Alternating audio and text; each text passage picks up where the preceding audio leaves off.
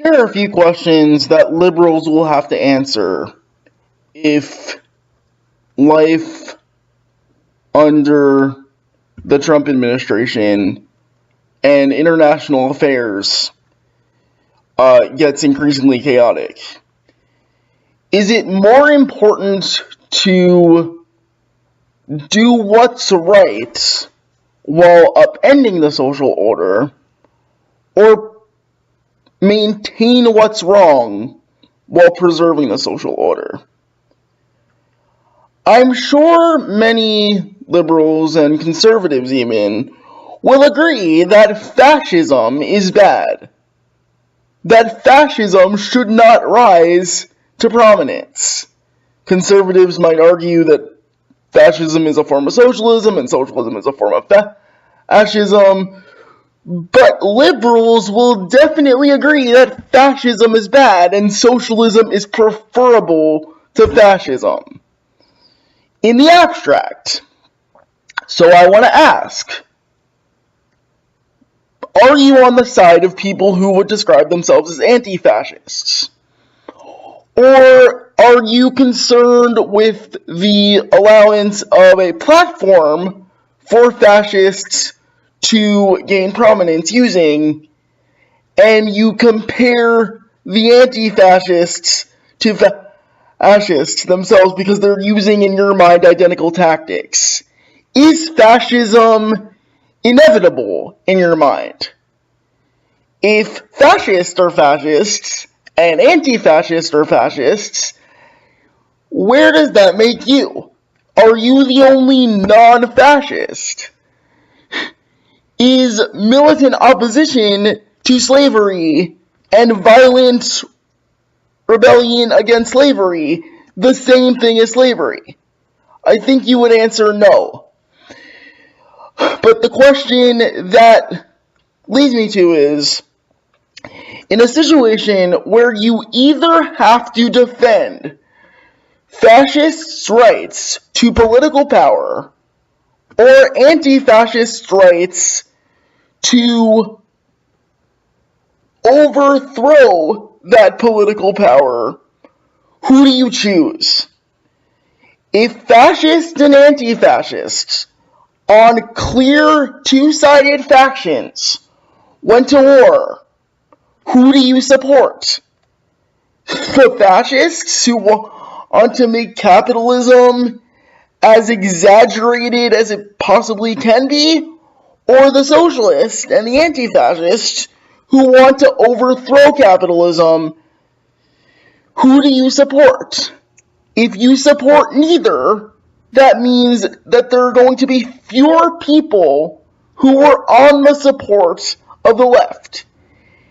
If it came down to it, would you defend an anti-fascist's right to punch someone in the face, to stop them from speaking, to stop, for example, them from revealing the names of undocumented immigrants who would be at risk of deportation?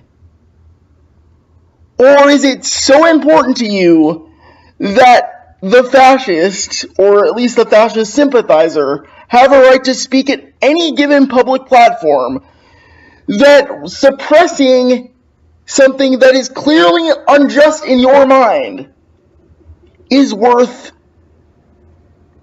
condemning? Would you rather defend the fascists or the anti-fascist? If you defend no one, who will you say is closer to power right now? What is easier to gain power?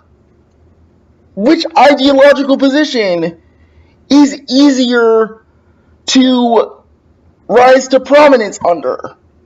Fascism or socialism?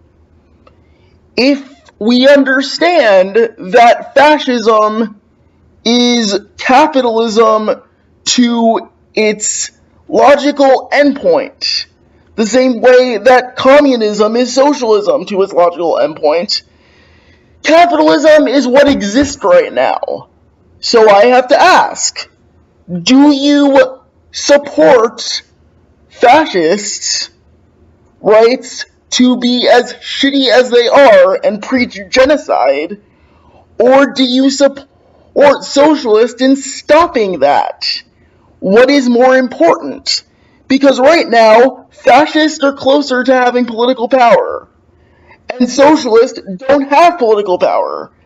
And as I pointed out in my video about Milo Yiannopoulos, there is no way for socialists to legally get what they want. What they want is to seize the means of production. What they want is to stop fascism and stop the spread of it.